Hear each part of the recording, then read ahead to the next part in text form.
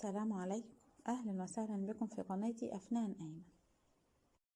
وصفة النهاردة الكزبرية أو الرز بالفول الأخضر، وكمان هنقدم تشكيلة من الأطباق الجانبية يا رب تنول إعجابكم.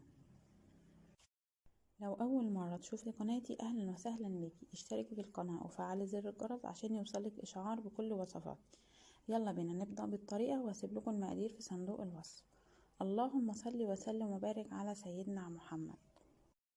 عندي حلة على النار، هضيف لها ربع كوباية زيت ومكعب زبدة، وانزل ببصلة وسط مبشورة واقلب البصل لحد ما تدبل معايا، وانزل بمعلقة صغيرة توم مفروم. هقلبهم مع بعض. انا مش عايزة لون البصل عندي يتغير، والثوم عندي يتغير، يا دوب تدبل معايا بس. وهضيف معلقة صغيرة كزبرة مطحونة وهقلبهم مع بعض، واضيف معلقتين كبار كزبرة خضراء، الكزبرة مغسولة ومتقطعة ناعم. هقلبهم مع بعض وانزل بالفول الاخضر،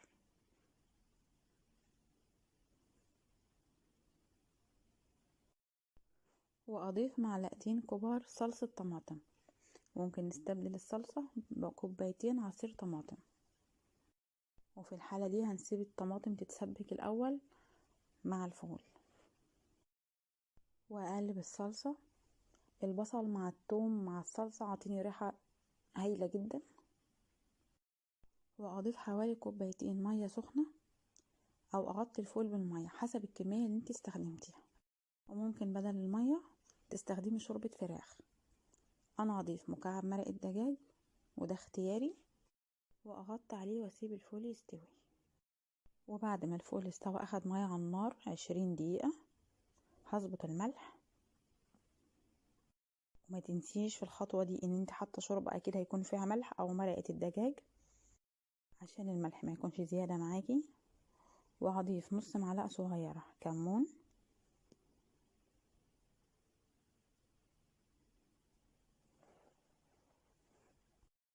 وهضيف كوبايتين رز مصري مغسول ومتصفي، ولو حابة تستخدمي رز بسمتي براحتك.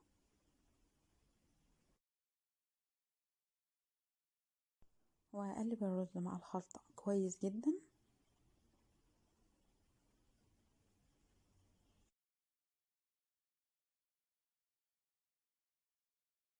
واضيف مية سخنة.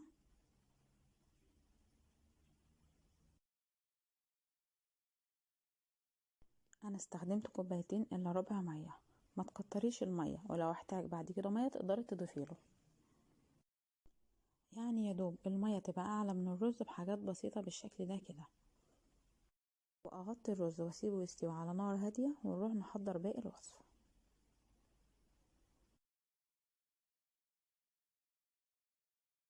وهنا الاطباق الجانبية بتاعتنا معايا بتنجان، هقطعه بالشكل ده كده.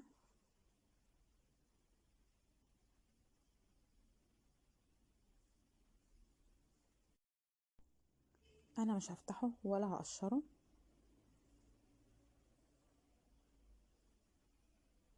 هخلص الكمية اللي عندي وارجع لكم تاني.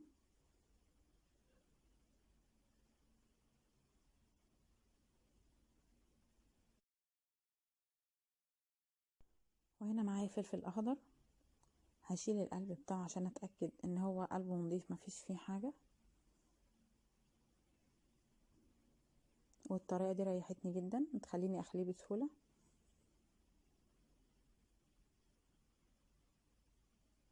وهجرب برضو معاكم طريقه تانية عشان تختاري الطريقه الاسهل ليكي او المناسبه ليكي. وتقدري برضو تسيبيها زي ما هي كده وتفتحها نصين من تحت عشان اتاكد بس ان القلب بتاعها نضيف. واخدهم اغسلهم واسيبهم في مصفى يتصفوا. وعندي هنا طماطم هقطعها شرايح،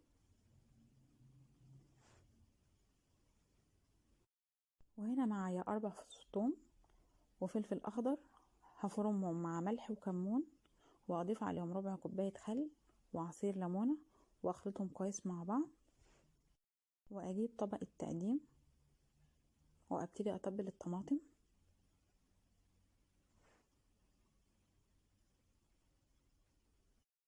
انا مش هستخدم الخلطة كلها، يا دوبك على قد تتبيل الطماطم عشان هحتاجها لباقي الوصفة.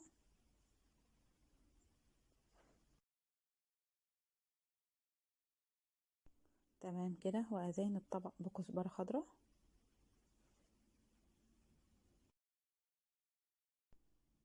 وهنا عندي طاسة على النار، هضيف البتنجان والفلفل واهدي عليهم النار عشان يستووا معايا وما يتحرقش مني.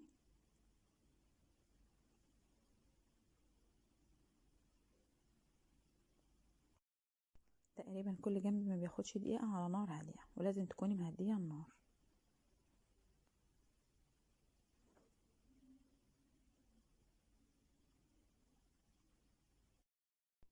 وهنا هبتدي ارفع الفلفل من الزيت على مناديل المطبخ، وكمان ارفع البتنجان واسيبه يتصفى من الزيت، ونروح نبص على الرز. وهنا الرز استوى بقى جاهز للتقديم.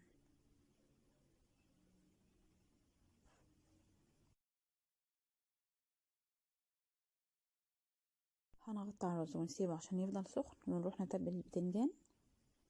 وهنا عندي الخلطة اللي انا تبلت بيها الطماطم، هضيف لها حباية طماطم متقطعة قطع صغيرة ومعلقة صغيرة كزبرة خضراء، وهقلبهم مع بعض.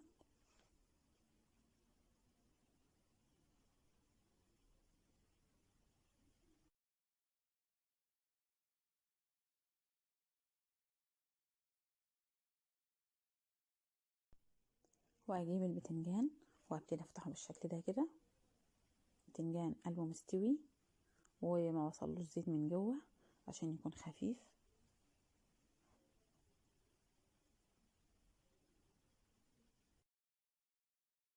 واحشي البتنجان بالخلطة.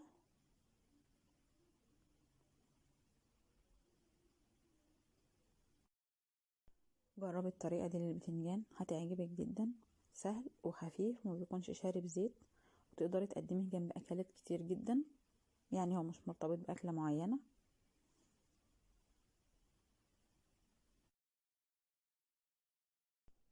واضيفه لاطباق التقديم.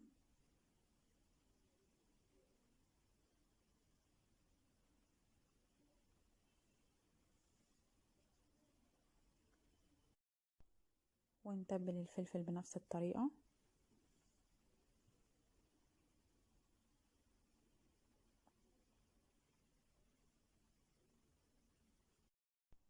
واضيف الخلطة لقلب الفلفل.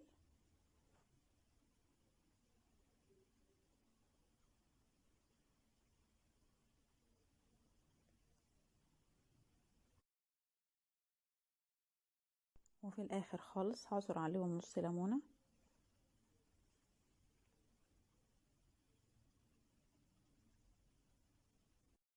واهم حاجة بقى في الاكلة دي البصل بالليمون، ما نقدرش نستغنى عنه طبعا في البرد. عندي بصلة وسط هقطعها شرايح او جوانح زي ما تحبي، هضيف لها معلقة ملح ورشة كمون، معلقة كبيرة خل، نص ليمونة، وبس. وهنا بقى نشوف الباشا بتاعنا، هزينه بكزبرة خضراء، هو مش محتاج تزيين اساسا يعني. الاكلة دي من الاكلات الشتوية الجميلة اللي فعلا يعني انا بحبها. والاطباق الجانبية اقتراحات تقدري تزودي فيها او تقللي فيها براحتك. والاكلة دي موفرة جدا، يعني اكتر الحاجات موجودة في البيت، الطماطم البتنجان الفلفل، مش بتحتاج ان احنا ننزل ونجيب طلبات او زي ما بيقولوا كده اكلة ارداحي اللي هي بتاعت اخر الشهر دي. عايزين نعدي الشهر كده باكلة واتنين لحد اول الشهر بقى ما نبدأ ننزل ونجيب طلباتنا ونجيب تخزيننا وده يكون فيديو النهاردة، واسفة جدا جدا لو طولت عليكم. لو عجبكم الفيديو ما تنسونوش باللايك والشير وسبسكرايب للقناة عشان يوصلكم كل فيديوهاتي. عايزين نوصل الفيديو لأكبر عدد ممكن من اللايكات، واشوفكم في فيديوهات جاية تانية كتير ان شاء الله. دمتم في رعاية الله.